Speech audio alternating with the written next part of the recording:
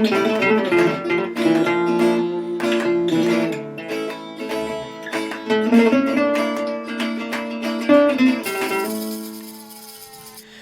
and welcome to the first episode of Season 2 of the Talk Fútbol podcast. My name's Tommy and I'm joined as always by the editor of Get Spanish Football News, Kieran Quayle. Welcome back to Madrid. Thanks very much, Tommy. It's been a while, 6 months since we recorded our last one here. It was the 11th of March, right before everything... No, was it? Yeah, it was the 11th of March because everything went mad on the 13th. That was the Friday when everybody just had to leave. So yeah, 11th of March, so it's been a long time. And you'd been in Ireland for a while. Yeah, been back in Ireland ever since, and then made the move back to Madrid in August. So glad to be back. We had a nice breakfast there. Oh, glorious. Plenty of chocolate and coffee and all that. So hopefully we're good to go now after the long stint off. I think you might have had a sugar crash about 5 minutes ago though. So we'll see, because it was porras, which are like massive churros plus chocolate. So I don't know. I'll get my second win. I'd say once we start talking, I'll be fine. Okay, if you drift off, just I'll give you a wee poke, so it's fine. Okay, so you must have had a busy summer over when you've been obviously working as editor, Get Spanish Football News. We've had the exodus at Valencia with Parejo and Coquelin leaving, and Ferran Torres. We've had that. We've had obviously the controversy surrounding Fuenlabrada and the whole COVID thing. We've had the Villarreal signings. Unai Emery is now the manager there, and then obviously Barça. Losing 8-2 against Bayern Munich and the whole fallout with that. Now we've probably heard everything that we're going to hear about this, so I don't think we can necessarily bring anything too new about it. But I suppose the question I could ask you is, how surprised were you that Messi stayed in the end? Not too surprised in the end, because the €700 million release clause just made everything so complicated. We knew nobody was going to pay that. Obviously, Man City were interested. You know, his history with Pep. He likes Pep Guardiola. They worked really well together at arguably one of the best ever Barcelona teams. And you could see that happening, like a move to the Premier League. He's 33. Maybe one last project is the word he likes to use. Messi, maybe one final kind of push at the top. And he probably didn't want to be part of declining Barcelona either. So you could see it happen. A lot of people I know wanted it to happen just to mix it up. You know, he's 20 years at Barcelona, moved over as a 12-year-old to Barcelona from Rosario, Newell's Old Boys. So it's been a long time there, and he's got his family there, young boys, which he mentioned in his interview, his now viral interview. He basically was talking about that and how difficult that is. So, you know, on one hand you could see why he wanted a new project, but on the other hand, he's so attached to Barcelona, and his family reside there. His kids go to school there. They go to a Británico school, so like a bilingual school there. And a lot of the footballers in Barcelona send their kids to these bilingual schools, German speaking, English speaking, Spanish speaking, bit of Catalan as well. And there's, you know, if you're ever looking for a move abroad, your kids are going to have different languages, so it probably does help. And that would have been the case if they did move to Manchester. Weather wouldn't have been as good, but I think as a Premier League fan as well as La Liga, I would have liked to have seen him. But you know, we're focusing here on La Liga. We both live in Spain. We watch La Liga week in, week out, and I'm glad he's staying. What did you make of it all? Yeah, it's a big thing. I just that a lot of people were saying in that interview that they didn't really learn anything new from it, and I can kind of see where they're coming from. Like, for example, he said that he wanted to compete in the Champions League. Well, he said that, and he said that after the last game when they lost against Osasuna.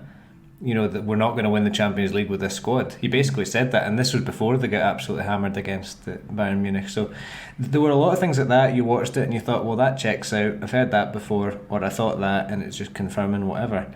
It was interesting to see him complain so openly about Bartomeu. I just thought that was really interesting. Like, he just came out and said, yeah, Bartomeu's told me one thing. He told me I could leave at the end of the season, and he's just not followed through on his word, and he's the reason that we're in this mess. Didn't really... I think watching the interview, I couldn't see him taking any kind of responsibility for it. And I think part of the reason he's been able to sort of, and I think he will be able to get away with this, is not just because of who he is and the fact that he is Barcelona's greatest ever player, possibly the greatest player of all time. It's the fact that there was so much hatred directed towards Bartomeu at the time. It's almost covered up for any kind of suggesting that he was being like showing a lack of loyalty or whatever. There were very few journalists, for example, came out on that night where he announced that he was leaving. There was Maldini. He came out and on his little video thing. He's a very high profile journalist for people that don't know. He came out and said that Messi was showing a lack of loyalty, but he was one of the few voices that was kind of focusing a little bit more on Messi. Bartomeu was getting most of the stick. So it was interesting to see Messi talk about that kind of stuff. He didn't take any responsibility as far as I could see, but it's always interesting to see him talking, kind of thing. Are you surprised? If you're not surprised that Messi's there, are you surprised that Bartomeu's still hanging about? I am a little bit. I thought he was going to resign amidst all the pressure. Yeah, and they were collecting 16,000 votes of no confidence against him as well. So his mandate runs until next year, until March. Mm-hmm.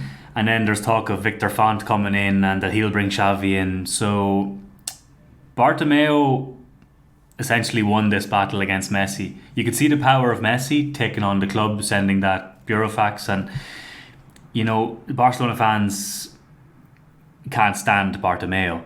They love Lionel Messi. So Messi, I think he'll come back, he'll wear the jersey, he'll score a hat-trick in his first or second game back in La Liga, and maybe the Barcelona critics will say, okay, fair enough, he's our greatest ever player and we didn't like what he did, he shouldn't stand up against Barcelona, he's not bigger than Barcelona. But because he took on Bartomeu, who was leading Barcelona as the president, he almost looked like he was bigger than the club. But no player is ever bigger than the club, and it's been bubbling away. You could see in recent Instagram outbursts against Abidal, the decisions against Valverde being sacked. Basically, the players are blamed for that, saying that they didn't want him, but the players liked him a lot and get on well with him, and they were successful under him. So it's been bubbling away, and Messi has he basically had enough. And then I suppose the treatment of Suarez.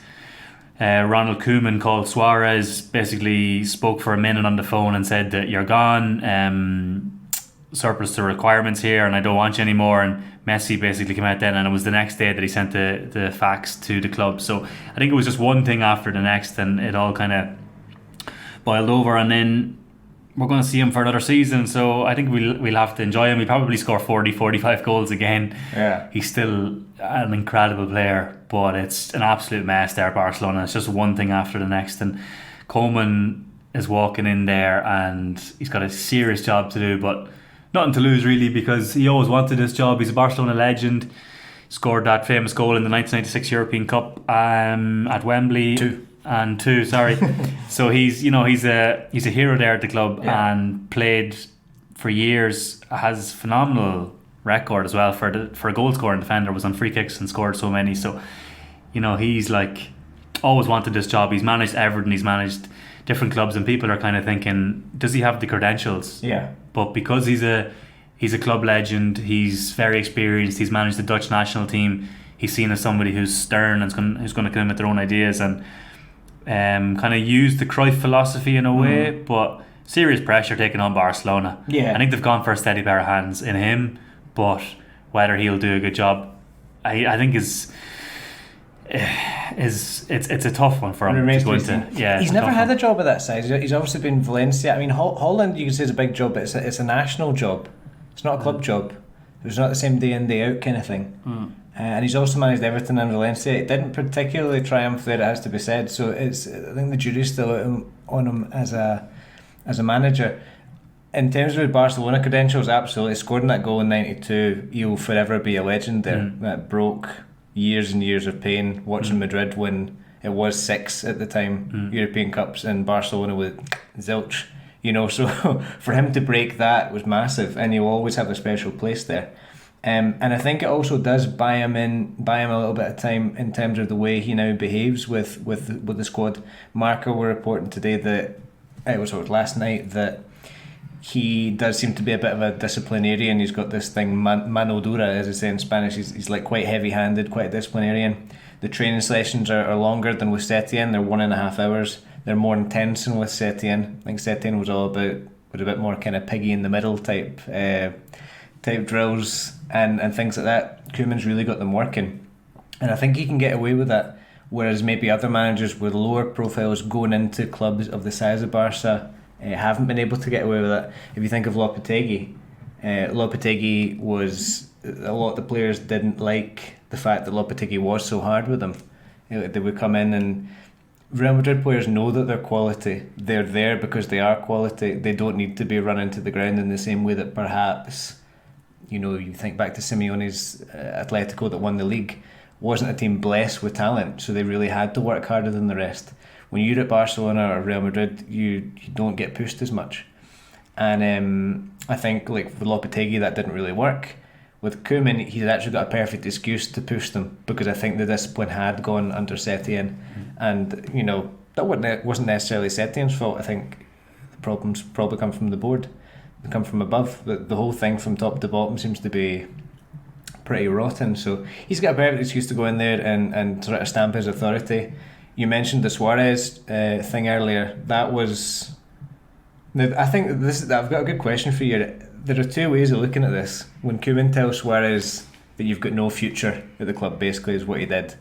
One way you can look at this is that, well, everything that happens at Barca is terrible and crap just because it's happening just now. It seems to be they can't do anything right, and what's happened with Suarez is just another example of this. The second way of looking at it is that Suarez is 33. If you looked at some of his performances when he came back from injury last season, he put away a few goals, but he wasn't really up to it in the same way he had been. It looks like his legs had started to go. He wasn't making he wasn't able to make the runs that we all know him for and things like that.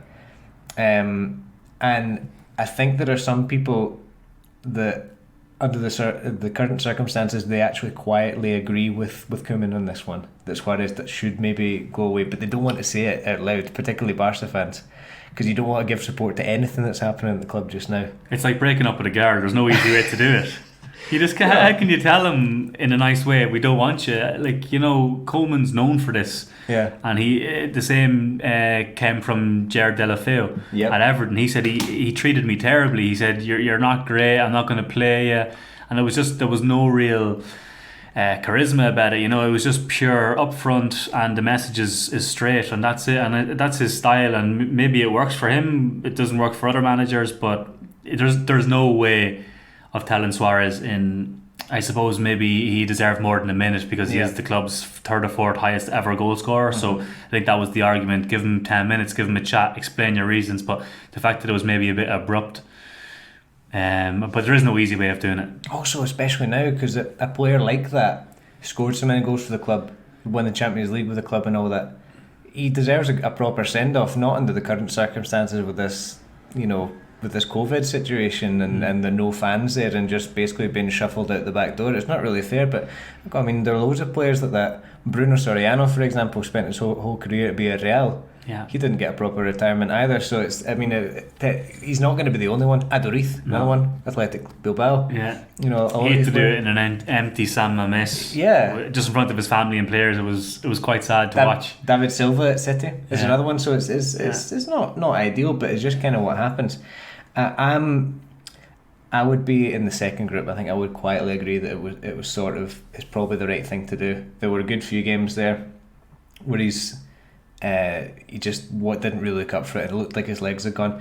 Having said that, do you remember against Celta when they drew at the end of the season? He bang into that day as well. Yeah. And he was. I don't want to say hopeless because it's disrespectful, but he was pretty hopeless for that match. Yeah, I think, and he still banged in too. I think if you're playing alongside Messi, like, you're going to score goals. You're going to get chances, but he still has goals in him. Like, he's a goal scorer. Obviously, with his injury in January, he was out for 4 months and he's slowed down. He always had that big arse that we talk about, kind of low centre of gravity, but he uses it really well. So he's a brilliant finisher, one of the best strikers of his generation in Europe, without a doubt. And he was phenomenal at Liverpool. And Juventus are now supposedly very, very close to signing him in the next few days. So, like, if a club of Juventus's pedigree is coming in for you, you must have something. Yeah, exactly. You do wonder how much they would get from him, because it was 81 million euros they paid for him. That Barca paid for Liverpool for him back in 2014, 81 million. They're not going to get anywhere near that now, and money's obviously a concern for them. Before all this crisis started with Messi, we've got to remember what we were talking about the most was the fact that these guys just do not have money. They've not got the money coming in to make properly big signings, and that's why they were trying to do all these stupid swap deals, usually involving Semedo. Yeah, we were always involving Semedo for some reason. So You do wonder, like, will they just accept any kind of bid for Suarez? Koeman looks like he's told him that his time's up and all that kind of stuff, so we'll see what happens. Let's move on from Barca. I think we've spoken about them enough. We'll talk a little bit about Real Madrid and Hazard. I would like to talk a little bit about him. Diario AS today reported that Real Madrid are apparently angry with Hazard because he went away on international duty with Belgium and then subsequently didn't play. So he'd been told in private, listen, stay here, train with us, make sure you're fit for the start of the new season, which is just around the corner. Don't go away and play. And he insisted on going back anyway. Then he doesn't play, and I think he stayed a couple of extra days as well, so they're a bit kind of pissed off at him. Do you think as well it's more of a question of attitude and less about fitness, because it's like this has to be his defining season at Madrid? I know he's not been here long, but last season didn't go the way he would have wanted to. He wasn't fit for it, wasn't able to make the impact that the fans were hoping for, or that us as neutrals were hoping to see. How important is this season for him, and do you think maybe his attitude has been called into question? Yeah, it's kind of a career defining season, this, because I suppose you can give him last season, you can give him the benefit of the doubt because he got a bad injury and it took him a while to get into the team at the start of the season. I remember we were talking in January time and he terrible stats, maybe 1 or 2 goals in 15 games, one against Eibar, and he didn't look impressive at all, and probably the pressure of joining Real Madrid, but he was a Galactico signing, so you think you're coming in for €100 million, you need to hit the ground running straight away. There's no time here to settle in, you just need to go for it, and it didn't happen for him. Then he got a really bad injury and he came back then in the matches post-COVID in June and they won the league. Showed glimpses there, but I think this is the season where he really needs to get going from the start, because if he doesn't, then it might turn into a complicated second season. So he doesn't have second season syndrome because he didn't start yet, so we'll see how it goes. But the games are starting this weekend in La Liga. It's a bit of a mixed fixture list, but Madrid don't kick off for a few more weeks, so I wouldn't be surprised if Belgium and Madrid were able to come to an agreement there and we're able to let him stay for a couple of more days with the national team. Zidane has 24 players at his disposal this week, and he's got 3 more coming in, and those are the guys with France and Belgium, the likes of Ferran on international duty, so they'll be coming back and he has time to work with them before the start of the new season. And they're La Liga champions, so they need Hazard if they want to win the league again. That's it, yeah. And it doesn't matter how bad Barca are or how unknown Atlético are at this stage. It's you've got to be on at the top of your game to win. I like that second season syndrome before the second season started. I mean, it may well happen, but we're as well preparing or starting to think about how we would frame that narrative if it does happen. So I like that. Staying with the theme of Madrid and attitudes, did you see Gareth Bale's interview with Wales? Yeah, it's funny, wasn't it? Yeah. He's a peculiar chap, isn't he? He's brilliant. I like Bale. I do like him. All the criticism he has to put up with day in, day out. Yesterday the papers here were saying that it was 416 days since Zidane said in Houston that the quicker Bale leaves the better, and he's still a Real Madrid player. He's still at the club, and you can see he's happy when he goes to Wales because he's actually playing and he's with a group of lads that he gets on with. And I'm not saying that he's got problems in the Real Madrid dressing room. I'm just saying that I think he probably puts it on a little bit more as well, and you see him, he's very active on social media when he's away at Wales, and he had this kind of crazy hairdo last week, and he whipping his hair around the training ground, and he just looks like a happy chap when he goes back to Wales. And here he plays golf and he doesn't play too much football, so maybe he's happy to be getting a kick about, but I think he's great. And it's at the stage now where it's kind of annoying to read about him every day in the paper because it's still the same situation. He said he looked for a move last year. Real Madrid didn't want him to move. They made it very difficult. I don't know why they're making it so difficult, because he's not part of the starting 11. He's earning 600,000 a week. Florentino Perez signed him as his Galactico signing, but that was 6 years ago.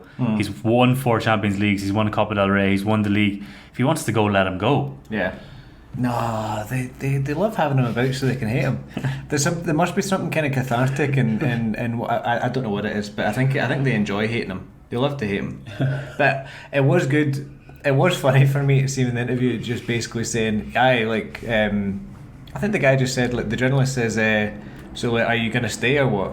at Madrid. He's like, look, listen, I tried to leave last year, or they tried to get rid of me last year and they cancelled it at the last minute, so I can't answer the question. You just got to talk to them. I've got no idea where I'm going to be next year. I would like to go. It's just so funny to see a footballer coming out and saying, I would like to go from the club that I currently represent. You just never hear that. So for all, I'm on the same page as you. I'm actually bored of reading about it in the Spanish paper because you don't learn anything new about it. It's going on 5 years. It's just hatred, and it's just that you don't learn anything new in that point of view. But it is funny just to see how much he just trolls him. Because even when he's not injured, he's sitting in the stands in the matchday squad, and they'll still get a picture of him, and he's kind of taking the piss. He did that kind of. He was sitting in the stand at Granada, and behind Granada Stadium you can see the Alhambra Palace, which is. It's a big landmark. Yeah, which is a big landmark. It's not one of the 7 wonders of the world, but it's on one of those kind of lists of wonders. UNESCO. Yeah. UNESCO World Heritage. So there's a nice picture of Bale kind of looking in that direction with his pretend binoculars, and it goes viral. And they're giving out about him doing that, and well, if he's not doing that, he's injured, and you're giving out about him being injured. So just let him be. Yeah, and when he's on the park, he's scoring overhead kicks in the Champions League finals, and then you still hate him.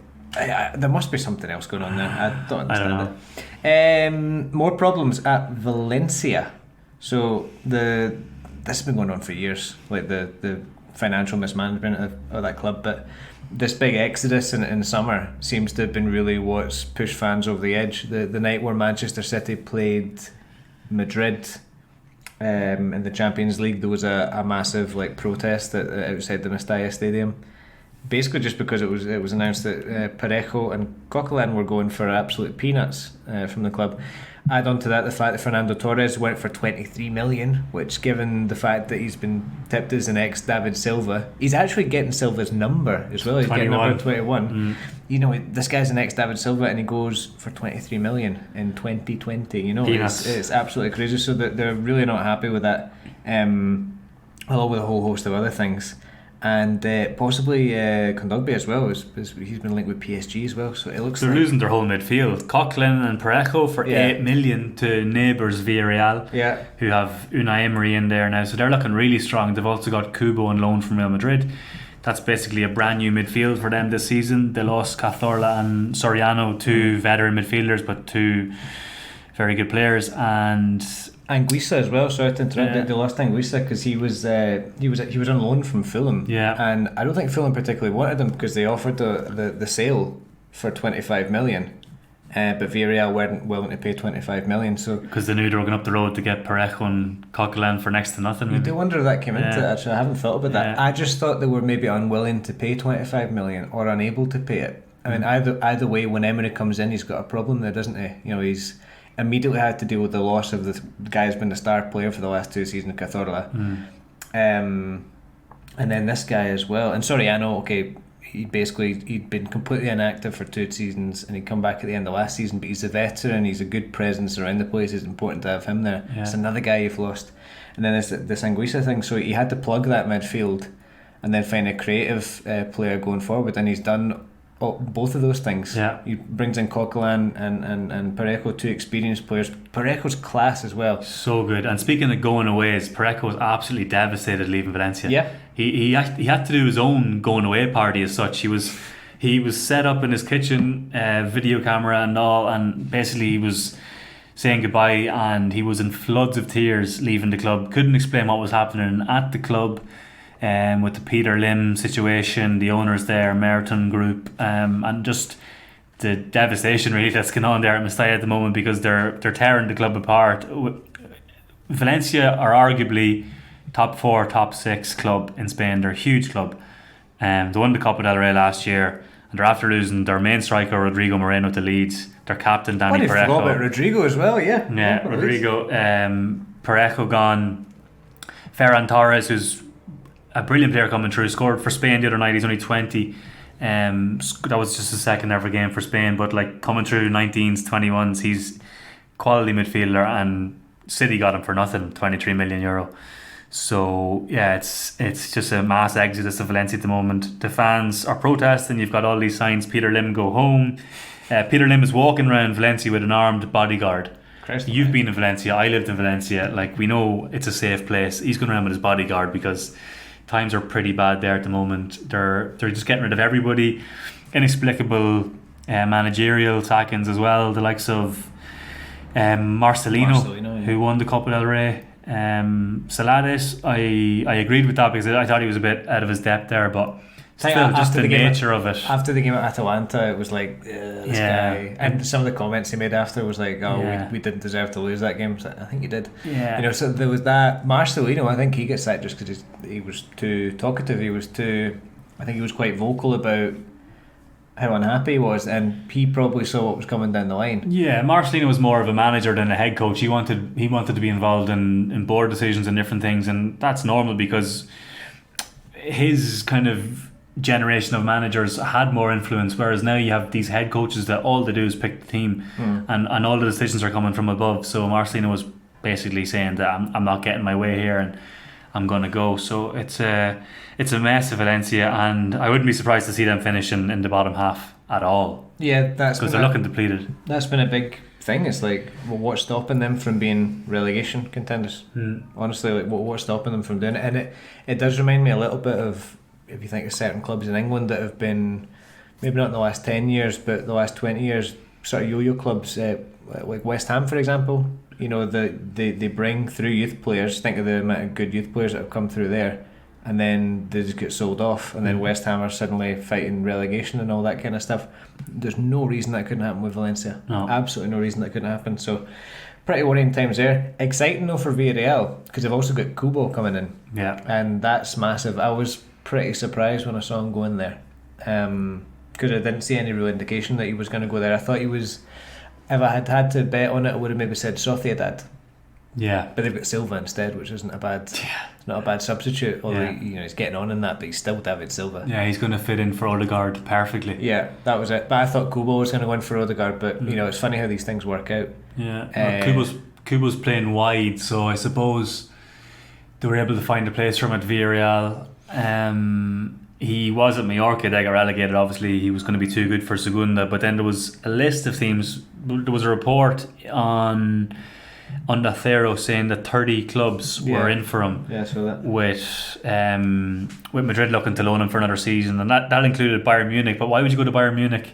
And they were paying massive money for his wage, but he wasn't going to play week in, week out. He needed to be in a team where he's going to play and get minutes. But speaking about Valencia and Villarreal, Valencia actually beat them in a friendly there. 2-1, yeah, 2-1 a couple of weeks ago, which it was a bit of a strange result, but neither team had full teams out, so you'd expect Valencia to struggle and Villarreal to definitely push for top four. Yeah, it would be disappointing, and that was the thing that the manager Parejo said when they sacked him, was that they told him explicitly, this is a new era for the club, we're moving into a new era. They're under no illusions. It's quite unanimous, they feel that this season is going to be a really big one for them. And if they don't get Champions League, it's going to be disappointing. They almost got it. They were fifth place, which that's what made a lot of people surprised that Parejo was sacked in the first place. When he left, he spoke in El Larguero, the late night radio show, and just said, "Listen, I go with a clear conscience here. I've got a good record. I finished fifth. Like, you can't ask for much more than that in Europe." Yeah, in Europe, I think it was you could probably say it was a good season for them last season, finishing fifth, but ultimately not enough. But not only have they got a really strong midfield for the new season, they've also got Alcácer and Gerard Moreno up front. There's loads of goals there in those two. Yeah, I know. It's pretty exciting time for them. Any other signs you want to talk about? Pjanić, I suppose, coming in. We spoke a little bit about it. You wrote a nice piece on Pjanić. So long ago. So much has changed since then. But he must be scared what he's coming into. He must be, yeah. But I was and still am of the opinion that he'll be good there. I mean, you just have to look at how he was last season. He wasn't lingering on the bench. He didn't fall out with anybody. He knew he was going from, would have been kind of March time, I think, probably when the news broke about that. He probably had some idea that he was going, and his attitude has just been the same. Just get your head down, work. If you're wanting. If you're wanting a kind of profile of a figure coming into that club, the state it's in at the moment, it's somebody like that doesn't take the huff, that's just a real professional, and I think Pjanić does that. Add that to the fact that he is just a quality football player as well, and he's demonstrated that in France and in Roma and Juve. So it'll be interesting to see. I don't think he'll be taking free kicks for this lot because it will be Messi still, but you know it's he might take the odd corner. He'll make it the odd corner. Yeah, he's brilliant from dead ball. Yeah, but also I mean he's the kind of guy that he can play defensive midfield and he can play more offensive, and he's adapted his game according to where he goes, and he's one of these kind of like sort of lesser like recognised players, like the campaign, the 2018 campaign. Sorry, the 2017 campaign in 2018 campaign. Sorry, when they got to the final, it was like was that 2018 or 2017? I can't remember. 2018, 2017. Which 2017 it was 2017 with Juve 2017. He was unbelievable in that one, in that run. He was so good, just controlling the game. But he was quite low profile because I think we were focused too much on the back line, like Coquelin and obviously we were Buffon in goals, and Bonucci, and these guys kind of got the headlines. Plus Dybala up front, these were the stars. But Pjanić in the 2016-2017 like campaign was really special. He makes them tick. He's the cog. Yep, exactly. So, and Busquets, I mean, he's not actually that much older, Busquets. I think he's 32 or 33. I think he's just on 32. He's not as old as what you'd think. But again, it's a wee bit like Suarez. I mean, just a couple of performances last season, he just wasn't really up to it. So you do wonder how long he can go on for. And if you're wanting somebody to come in, it's a pivote, as you would say in Spain. Yeah. Pjanić isn't a bad option at all. Yeah, sit in the double pivot, but he doesn't have their average age number. He's almost twice the age of Ansu Fati, but he's coming in with experience, and he's coming into a dressing room that doesn't have much stability at the moment. But he'll be joining the old guard of Piqué, Busquets, boys in their 30s, but boys with still football in them. I just think that the one bright spark for Barca, I don't want to go back to Barca because we've covered them already, but it's Ansu Fati. He was sensational for Spain the other night, on his full debut. But yeah, I think Pjanić he's a baller. I actually have a lovely Pjanić jersey, Lyon away from 2011. All right. Kind of like a purple away jersey, Pjanić in gold. So I spotted him early. Yeah. 9 years ago. I just saw he's got something about him. What a career he's had. Yeah, eight back-to-back Serie A titles. Yeah, he played for. I think he started off for a team called FC Metz, and they were the team that Partick Thistle last played against in Europe. It was in the Intertoto Cup, I think in 1996. It was there. Oh, the football hits are coming out. But yeah, I mean, he'll obviously have been disappointed never to have been able to face the Jags himself. But he'll be. I think it'll be good. But I think it falls into the Koeman bracket there with him. It's almost like anything that the board do or that the board orchestrates has to be just crap by nature. Yeah, I don't think it's actually that bad a move. Yeah. You could argue that R2 could have been better in some way, but I don't know. It'll be interesting to see. I'm looking forward to seeing him in the league. Atletico have made absolutely no signings, and you have a little bit of insight into why this is. Yeah, funds at the moment are pretty low there, as they are with most clubs around Europe and the world. You've got no fans coming to your games. Atletico are after building a brand new stadium with a huge debt to pay off, so they're pretty strapped for cash at the moment. The one player they're linked with is Marc Roca for Espanyol, defensive midfielder. He might be coming in. I'm not sure if there's been an official bid just yet, but the clubs have spoken according to various different sources here, so we'll see if that one moves. But yeah, he's a good player, but apart from that, it's not really exciting at the moment for Atletico fans. Gilmarín, is it Jesus Gil's son? Yeah, it is. Yeah, he's the CEO, and he was saying that basically he's only going to spend up to 25% of sales generated. So they're looking to sell players. That could be Thomas Lemar if they have any offers for him. He's had an awful time at Atletico, 0 goals and 0 assists in his full year there. Yeah. Just been a disaster, 70 million. So they're basically trying to free up some space, make some sales, and then they're going to invest, but it's going to be literally like maximum 2 players there, so it's not really exciting. Yeah. Villarreal has probably been the most exciting, and then a couple of clubs have added, but lots of loan deals because clubs are strapped for cash. It's as simple as that. Yeah, I don't know. Well, I think the Roca one that could be done, and Atletico are definitely going into that from a position of strength. They are who they are. They are where they are in Espanyol. Segunda. are where they are. So Roca's going to be looking at his career, and I think Roca is an Espanyol fan and stuff as well. He grew up at the club, which is kind of, it's a bit of a shame and all that. You'd obviously prefer that he could stay and all that, but reality is what it is. I mean, who knows, Espanyol could bounce right back up again, but such a hard league to get out of, though. They have the money as well, Chinese owners, so they don't need Atletico come in and negotiate 10 million, 5 million off. They don't need the money. No. So we'll see, but they need Roca to go, because no disrespect to Segunda, but he's too good. Yeah. Nah, he is too good. So that may be the only movement that way.